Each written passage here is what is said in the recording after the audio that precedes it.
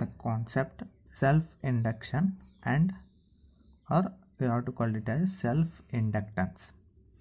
Okay, so induction generally you know that when you change the magnetic flux at that time the EMF will be induced in the coil. Okay, in the self-inductance means self-induction is the property of a coil by virtue of which it opposes the growth or decay of the current flowing through it. Okay, so here you have to generally consider a coil, and this coil is connected to the battery and here connected with the key. This one is the tapping key.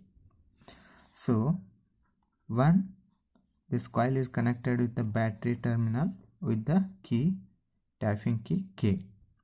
So before tap the key, before closing this key, the magnetic field or magnetic induction produced in the coil is 0. Okay, generally we know about the idea when the current flows through coil, at that time the surrounding this coil the magnetic field will be produced. Okay, here when you before tapping there is no electric current flows through the coil, there is no magnetic flux linked with this coil. So when you tap the key, so current in the coil begins to flow. Current in the coil it will be begins to flow. So when it will be begins to go from 0 value to the maximum value, so at that time so magnetic flux of this coil also changes. Okay, so when the magnetic flux will be goes on changing, at that time the induced EMF in the coil will be takes place. So the direction of induced EMF in the coil should be oppose the growth of current. Okay, ಈ coil ಒಳಗೆ ಏನು current growth ಆಗ್ತದೆ. For example ನೀವು ಬ್ಯಾಟ್ರಿದಿಂದ current supply ಮಾಡಕತ್ತೀರಿ, key close ಮಾಡಿದ ತಕ್ಷಣ supply ಆಗ್ತೈತಿ. So current supply ಆದಾಗ ಇದ್ರೊಳಗೆ 0ದಿಂದ ಮ್ಯಾಕ್ಸಿಮಮ್ ತನಕ ಕರೆಂಟ್ ಗ್ರೋ ಆಕೈತಿ. ಈ ಗ್ರೋ ಆಗೋ ಕರೆಂಟ್ನ ಇಲ್ಲಿ ಏನು ಮ್ಯಾಗ್ನೆಟಿಕ್ ಫೀಲ್ಡ್ ಪ್ರೊಡ್ಯೂಸ್ ಆಗಿರ್ತೈತಿ, ಅದು ಇಂಡ್ಯೂಸ್ಡ್ EMF ಏನು ಪ್ರೊಡ್ಯೂಸ್ ಆಕೈತಿಲ್ಲ, ಆ ಕರೆಂಟ್ ಇದ್ರೊಳಗೆ ಗ್ರೋತ್ ಆಗೋದನ್ನ ಅಪೋಸ್ ಮಾಡ್ತೈತಿ. ಅದಕ್ಕೆ ಏನು ಹೇಳ್ತೀವಿ, oppose the growth or decay of the current. So oppose ಮಾಡ್ತೈತಿ. ಸೊ ಅಪೋಸ್ ಮಾಡೋದ್ರಿಂದ ಸ್ಲೋಲಿ ಇಲ್ಲೇನತ್ತಿ ಇದರೊಳಗೆ ಇನ್ಕ್ರೀಸ್ ಆಕೈತಿ. ಸ್ಲೋಲಿ ಕರೆಂಟ್ ಇನ್ಕ್ರೀಸ್ ಆಗುತ್ತೆ. ಸೊ ಕರೆಂಟ್ ಇನ್ಕ್ರೀಸ್ ಆದಂಗೆ ಇದರದ್ದು ಮ್ಯಾಗ್ನೆಟಿಕ್ ಫ್ಲಕ್ಸು ಜಾಸ್ತಿ ಆಕೈತಿ. So when it reaches the maximum value, maximum ಅಂದ್ರೆ ಕಂಪ್ಲೀಟ್ ಇದರೊಳಗೆ ಕರೆಂಟ್ ಫಿಲ್ ಆದ ತಕ್ಷಣ ಸೊ ಕಾನ್ಸ್ಟಂಟ್ ಮ್ಯಾಗ್ನೆಟಿಕ್ ಫ್ಲಕ್ಸ್ನ ಪ್ರೊಡ್ಯೂಸ್ ಮಾಡ್ತೈತಿ. At that time there is no induced EMF. But ಯಾವಾಗ ಇಲ್ಲಿ ಕರೆಂಟ್ ಗ್ರೋತ್ ಆಗ್ತಾ ಇರ್ತೈತಿಲ್ಲ ಅವಾಗ ಏನಾಗ್ತೈತಿ, ಇಲ್ಲಿ ಇಂಡ್ಯೂಸ್ಡ್ EMF ಏನು ಪ್ರೊಡ್ಯೂಸ್ ಆಗ್ತಾ ಇರ್ತಿಲ್ಲ ಆಗದ ಕರೆಂಟ್ ಗ್ರೋತ್ ಆಗೋದನ್ನ ಏನು ಮಾಡ್ತೈತಿ, ಅಪೋಸ್ ಮಾಡಿಸ್ತೈತಿ. ಓಕೆ, ಆ್ಯಂಡ್ ನೆಕ್ಸ್ಟ್ ಈ ಕೀ ಕ್ಲೋಸ್ ಮಾಡಿದಾಯ್ತು. ನೆಕ್ಸ್ಟ್ ಏನು ಮಾಡ್ತೀರಿ, ಇದು ಕಂಪ್ಲೀಟ್ ಎಲ್ಲ ಗ್ರೋತ್ ಆದ್ಮೇಲೆ ಇಂಡ್ಯೂಸ್ಡ್ EMF ಕಾನ್ಸ್ಟಂಟ್ ಆಯ್ತು. ಆಮೇಲೆ ಈ ಕೀಸ್ನ ರಿಲೀಸ್ ಮಾಡ್ತೀರಿ. So when you release the tapping key at that time so ಏನಾಕೈತಿ, ಇದರೊಳಗಿಂದ ಕರೆಂಟ್ ಫ್ಲೋ ಆಗೋದು ಸ್ಟಾಪ್ ಆಕೈತಿ. ಸೊ ಕರೆಂಟ್ ಫ್ಲೋ ಆಗೋದು ಆದ ಸ್ಟಾಪ್ ಆದಾಗ ಸೊ ಇಲ್ಲೇನು ಸ್ಯಾಚುರೇಟೆಡ್ ಮ್ಯಾಗ್ನೆಟಿಕ್ ಫ್ಲಕ್ಸ್ ಇರ್ತೈತಲ್ಲ, it will be goes on decreasing from maximum value to the minimum value. So maximum ವ್ಯಾಲ್ಯೂದಿಂದ ಮಿನಿಮಮ್ ವ್ಯಾಲ್ಯೂಕ್ಕೆ ಡಿಕ್ರೀಸ್ ಆಕೈತಿ.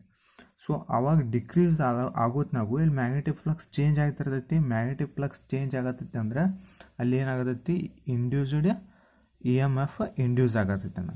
ಸೊ EMF ಇಂಡ್ಯೂಸ್ ಆಗತೈತಿ ಅಂದ್ರೆ ಮ್ಯಾಗ್ನೆಟಿಕ್ ಫ್ಲಕ್ಸ್ ಚೇಂಜ್ ಆಗೋದನ್ನು ಅದು ಅಪೋಸ್ ಮಾಡ್ತಾ ಇರ್ತೈತಿ. ಸೊ ಅದಕ್ಕೆ ಏನಾಕೈತಿ, ಇದರೊಳಗೆ ಏನು ಇಂಡ್ಯೂಸ್ಡ್ EMF ಪ್ರೊಡ್ಯೂಸ್ ಆಗಿರ್ತಲ್ಲ that will be decreases very slowly from maximum value to the 0 value.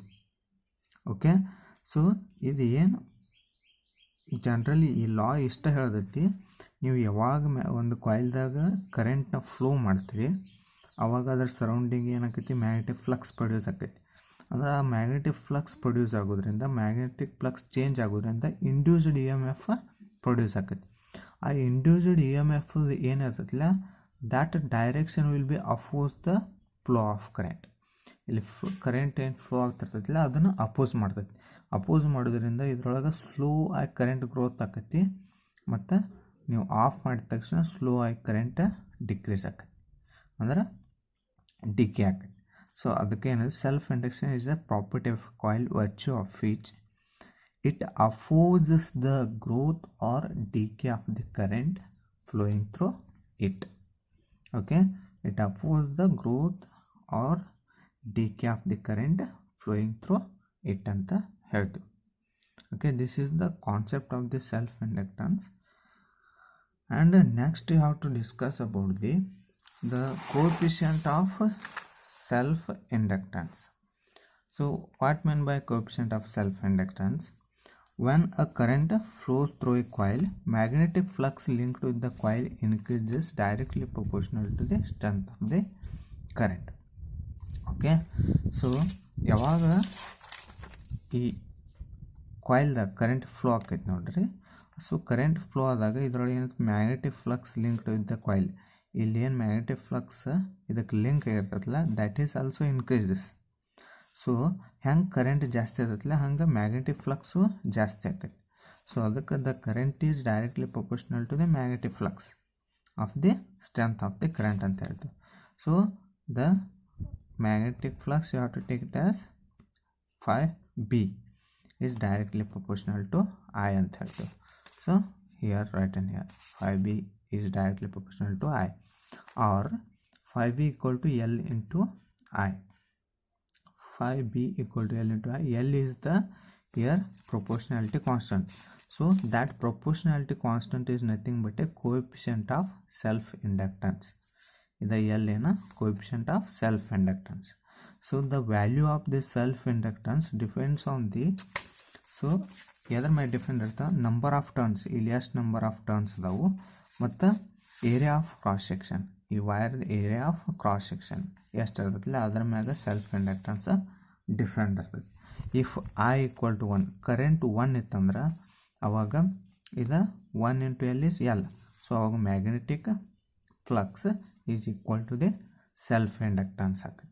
So the magnetic flux is equal to the, so ಅದನ್ನ ಏನು ಹೇಳ್ತೀವಿ self inductance of a coil numerically equal to the magnetic flux linked with the coil. then there is a unit current flow through it. So according to Faraday's law of electromagnetic induction, the EMF in the coil is given by, according to Faraday's law of electromagnetic induction ನಮಗೆ ಏನು ಹೇಳ್ತೈತಿ, so the induced EMF is directly proportional to the magnetic flux per unit time. ಇದೇನಾ Faraday's law. So you have to take this equation according to the Faraday's law equal to, so ಇಲ್ಲಿ φB ಅನ್ನೋದು value ಏನು ಬಂದೈತಿ ಇಲ್ಲಿ, magnetic flux is equal to, you are taking a L into I according to the definition of according to the coefficient of self inductance. So ಇಲ್ಲಿ value L ಆಯ್ತು substitute ಮಾಡಿ minus T divide by dt L I. So ಇಲ್ಲಿ ಎಲ್ಲ constant ಐತಿ, self inductance constant, take on this side. So minus L di divided by dt. Okay, and if di divided by dt equal to 1, okay, change in current rate is 1 at that time.